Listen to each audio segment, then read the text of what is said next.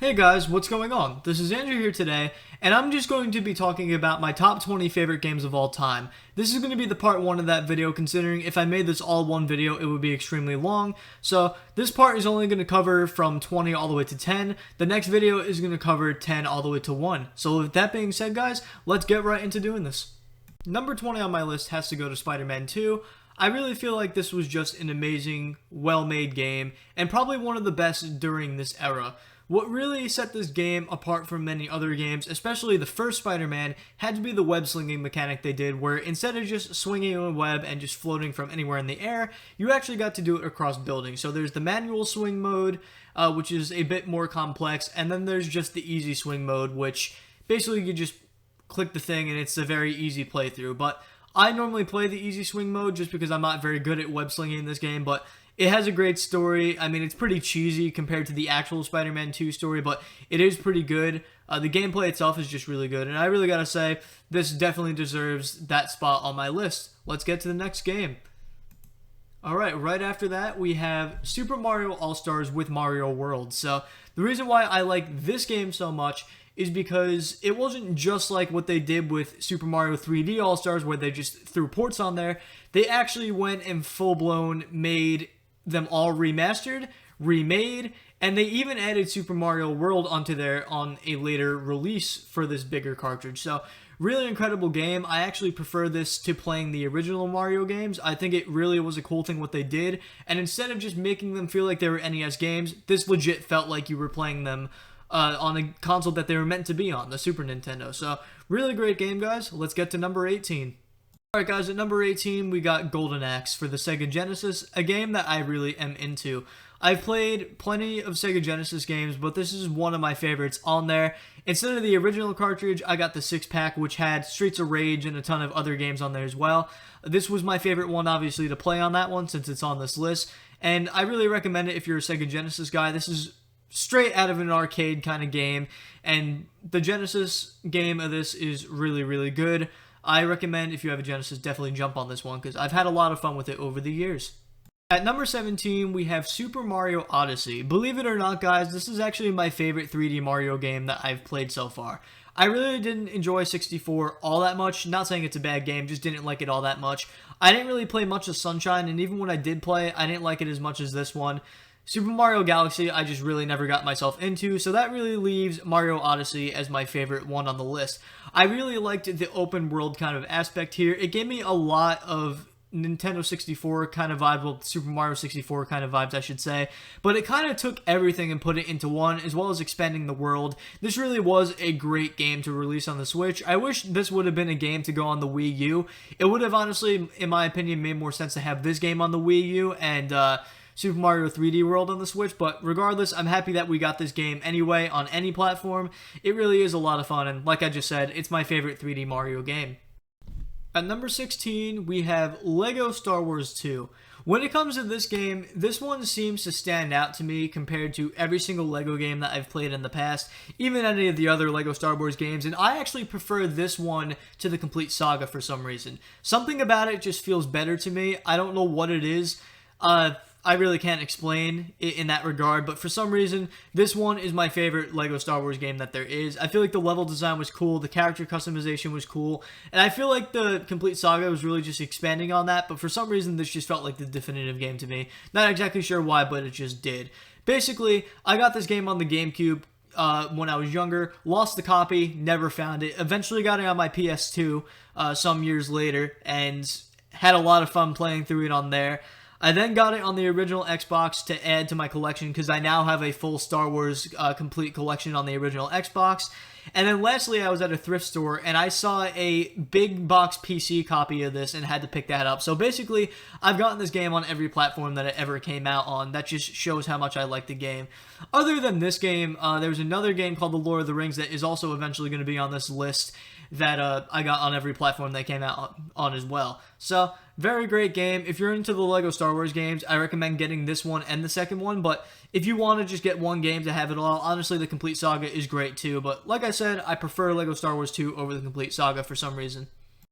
At number 15, we have a game that I basically grew up with, and that is MX Unleashed. I had this one on the original Xbox. This was one of the games that was for my dad's system. This wasn't one that I owned for myself, but it was a game that me and my family played for years on end. Even when we originally got our 360, this was one of the first games that we played on it, since the 360 was able to do the backwards compatibility, and to this day I actually still play this game quite frequently. When it comes to the other MX games, I never liked any of them personally. I think they control like complete shit. Even the new ones, any other game that released around the time, I just didn't like any of it. MX Unleashed is the one game that I felt like controlled really well.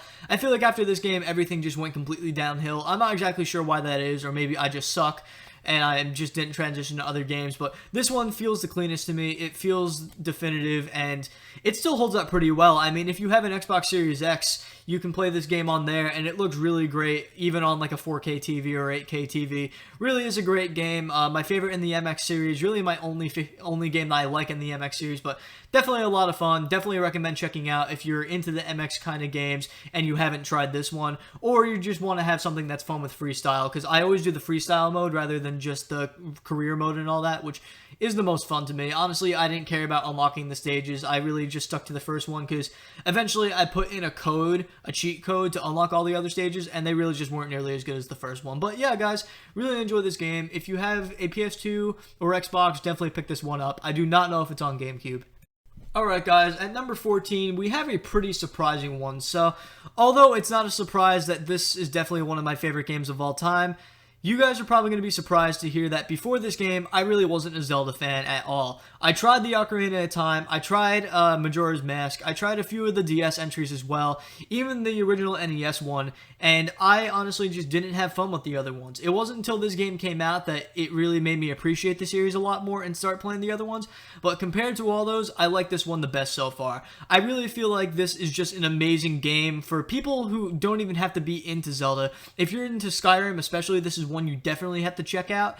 I mean, whatever it is with this game, I really can't 100% describe what it is that makes it so good. It's just, you have to play it to really see for yourself. I mean, it really is an amazing open world game. I feel like there's so much to do in it. There's so much exploration. I wish it didn't require you to explore so much to progress better. I wish it was a little more that was just for the collectors, because I honestly don't really sit down at a game and play it for 50 hours at a time.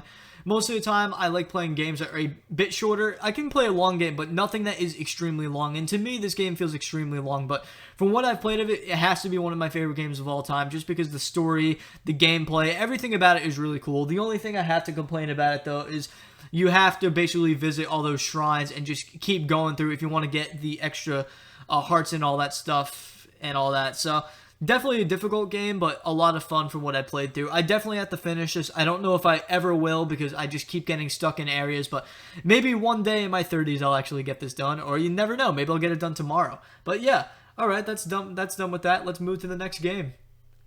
Alright guys, at number 13 we have Destiny, a game which I've now played on so many platforms, starting on the 360 to the Xbox One to the PS4. How I got onto this game was basically my cousins were grinding it like crazy, my friends were grinding it like crazy. I didn't get the game until my friend upgraded to the Xbox One version, and then he gave me the 360 version. Eventually, I got my Xbox One, got my copy of Destiny, gave him his copy of Destiny back, and basically grinded Destiny on the Xbox One for the entire summer. Eventually, down the line, Black Ops 3 came out, and there was a limited edition PS4, which I still have in my collection, that I got, and the Black Friday deal was that it also came with Destiny The Taken King, which basically had all the expansion in it. When it comes to this game, it's one of those games where you have to get all the expansions to really get the full experience, but for a long time, I played without the expansions and had a lot of fun, but it was definitely worth getting that pack. I did have to jump platforms and start from scratch, unlike when I was at full rank on the Xbox One, but I still had a lot of fun doing so. The thing is, after The Taken King, I didn't really pay attention to anything past that. I didn't get Rise of Iron. I had Destiny 2, but didn't get any of the expansions until the Series X came out, and I got that with Game Pass, but honestly, I'll probably never end up playing Destiny again, because it just seems like there's so much to do, and it's very overwhelming to me now, but that's not to take away from my experience I had when I played this original Destiny game. Like I said, this has to be one of my favorite multiplayer shooters of all time, strictly multiplayer shooter games, I should say, and when it comes to games that are strictly multiplayer, this is probably my favorite, like, strictly multiplayer game, where there's no single player option where, you know, where you can play offline. But yeah, definitely enjoyed this game quite a lot. I don't really recommend getting it now because the community is kind of dead. Unless you have a bunch of friends that want to just jump on eventually and work on it. I mean, it's all up to you guys, but it was a really good game. I just think that it's honestly hasn't aged too well now. Another complaint I have to say is I only played at 30 FPS when they definitely could have pushed 60 on this thing when you considered how better Halo 5 looked. But yeah, guys, that's that. Let's get to the next game. Speaking of multiplayer shooters, guys, next up we have Black Ops 3, which I played on the Xbox One and the PS4. I started off on Xbox One because that was the console that I got, because originally, before the E3 thing happened, Microsoft and Activision still had that deal with the 1 month map exclusivity. When E3 came around, they basically switched it over to PlayStation. They had a deal with them instead. So what ended up happening was I got the Xbox One version first, since that was the one I already pre-ordered. By the time I got my Black Ops 3 PS4, that's when I jumped onto there and started it. So when it comes to zombies, this was definitely my best zombies experience.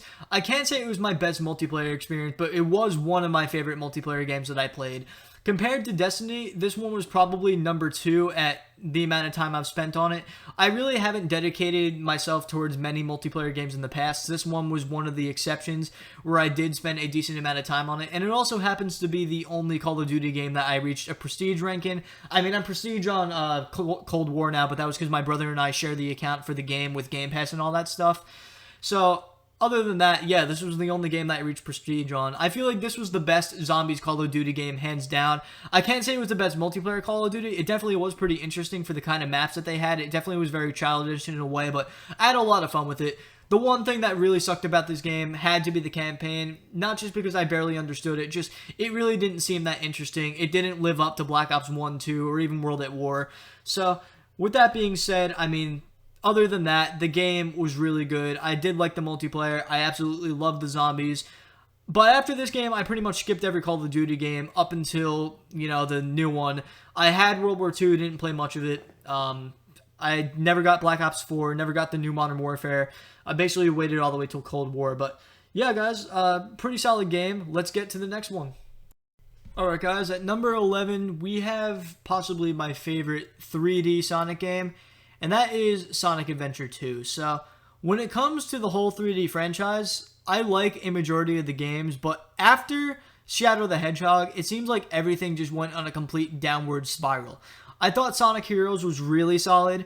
I thought Shadow the Hedgehog was pretty good too, despite what other fans think. I thought Sonic Adventure 1 and 2 were really good. It's just, right after Shadow the Hedgehog with Sonic 06 and everything past that, the franchise really hasn't gotten any better. In my opinion, it's got a lot worse. When it comes to 3D Sonic games, I feel like this is the definitive one, and if this one isn't the definitive one, Sonic Adventure 1 definitely has to be, and if not Sonic Adventure 1, definitely Sonic Heroes. I prefer this one to Sonic Adventure 1 in a lot of aspects. There are some aspects that I like better on Adventure 1, but overall, I like this game better. I felt like the story was really good despite the cheesy dialogue. I thought the gameplay was incredible, minus the Rouge and Knuckles missions, but the Shadow and Sonic missions were great. I felt like the Eggman and Tails missions were also kind of fun, but one of my favorite things about the game had to be Chow World. Even to this day, I mess around in there. I think it's a lot of fun. I've now played this game on every platform minus the PS3 at this point, so that just goes to show you guys I really have enjoyed this game. I've been playing this game since I was young. This is one of the first video games that I ever owned on the GameCube, and yeah, I mean, I'm still playing it to this day, so that must say something, right? With that being said, guys, that's everything there. Let's jump to the last game that we're going to talk about in this video. Alright, guys, so at number 10, we have the first game in my top 10 list, and that is Sonic 2 for the Sega Genesis. So, this is a game that I have had quite a lot of fun with. I have played Sonic Adventure 2 a ton more, but I have to say I had a lot more fun with this one. This one was a lot more meaningful, especially when I beat it too. So this actually is the first retro game that I got after I got my Genesis. I got this with my Genesis, and this basically started my retro gaming craze and my collecting phase and all that stuff. So I got this game at some point in July of like 2015 or 2014. Can't exactly remember the year, but played a ton of this game. It took me about a year to beat it for the first time. I also had a few other Genesis games, and I started collecting more at the time, but this was the first 2D Sonic game that I had ever completed. I played Sonic 1 in the past on the GBA and didn't get that one till much later, but this one I have to say is the one that I had the most fun with. I feel like it's the best Sonic game ever made, in my opinion, right next to maybe Sonic Mania. But in terms of 2D Sonic, this is probably my favorite official Sega-made 2D Sonic game. Really felt like it was a lot of fun, and I played this game so much too. I know I said I played Adventure 2 more, but I did play this game quite a lot, to a point where I used to go to this place called The Revolution, which sadly shut down, and we were basically doing a thing where we saw who got the furthest in the worlds and everything, who got past the most levels. Everybody else was on like World 3, World 2 and 4, whatever it was. Me and whoever I was with, I think his name was Christian, don't really exactly remember, but me and this other guy, we got all the way to basically the second to last world, and at that point, if you got all that, you got to roll the dice. I think I rolled the dice like 2 or 3 times. I ended up rolling 2 100s, so I won an NES hat, and I won a classically trained NES shirt. So that was a fun time. This game has given me a lot of memories. So yeah, guys, that's basically it here. So we're going to continue this video in a part 2, which is going to be coming soon. You're going to be seeing in that video number 9 all the way to number 1, but we're just going to leave the video off here. Thank you guys for watching this one. I hope to see you all in the next one.